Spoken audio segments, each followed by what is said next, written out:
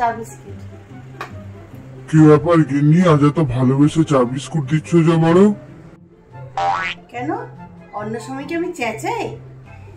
না না, ওরম কিছু না। তা বলো, কিছু বলবে?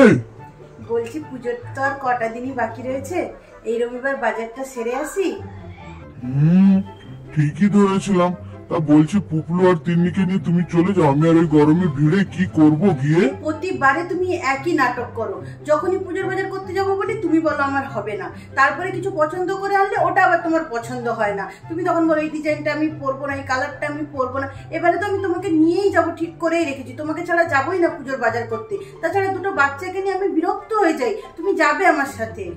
পুপলু, তিন্নি, কোথায় তোমরা? এদিকে একবার এসো তো। তুমি দেখেছো আমাদের? হ্যাঁ দিদি ভাই, বসো। শুনলাম তোমরা নাকি কালকে সবাই বাজার করতে যাবে পুজো। হ্যাঁ ঠাম্মি, তোমার জন্য কি কিছু আনবো ঠাম্মি? না না, আমার কিছু লাগবে না। আমার কি আর সেই বয়স আছে যে প্রতিদিন নতুন নতুন শাড়ি পরে ঠাকুর দেখতে যাব?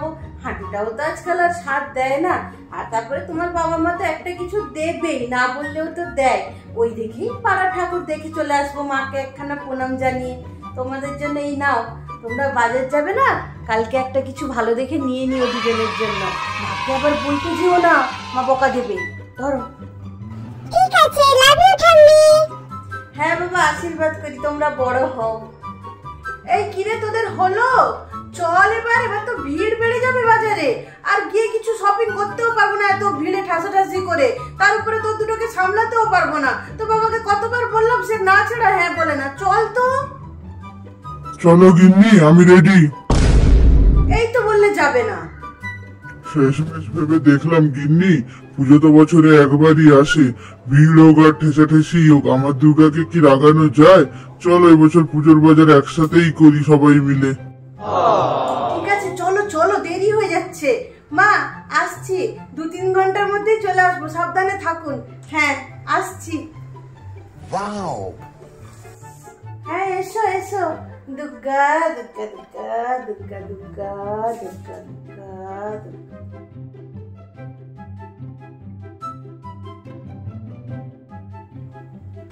বলছিলাম এই রবিবার একটু পুজোর বাজার করতে নিয়ে যাবে আমাদের?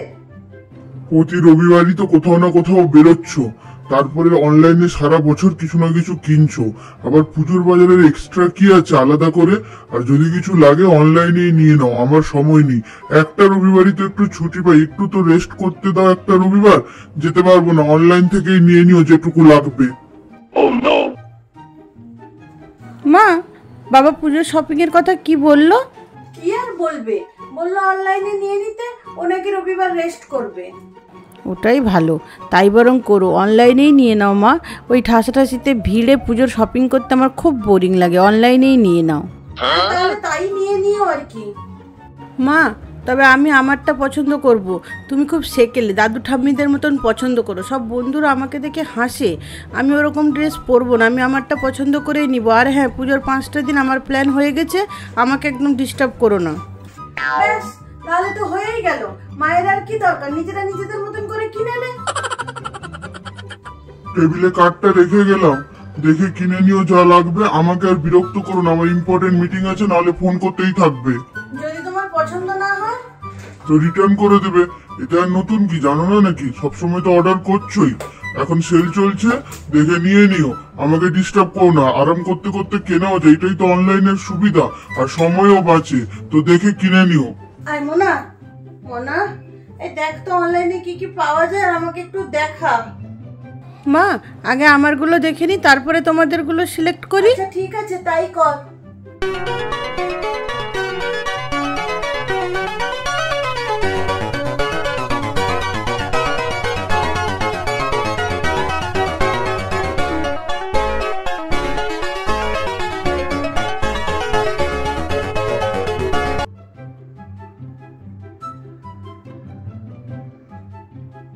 কি হলো মা? কি আর হবে, তোরা যে কি করে সারাক্ষণ 24 ঘন্টা এটার ভিতরে ঢুকে থাকিস আমি তো বুঝতে পারি না। আমার তো এইটুকু দেখেই মাথা ব্যথা, চোখ ব্যথা শুরু হয়ে গেল। চোখ একদম ভার হয়ে এলো কয়েকটা জামা কাপড় দেখেই। বাবা কি করে তোরা দেখিস বলতো? তার থেকে তো বাজারে গেলে একটা দোকান ঘুরতাম, দেখতাম লোকজনের সমাহার, কত লোক এসছে এখন। ওই ভিড়েরও একটা আলাদা মজা আছে, আর ওই ভিড়ে শপিং করারও একটা আলাদা মজা।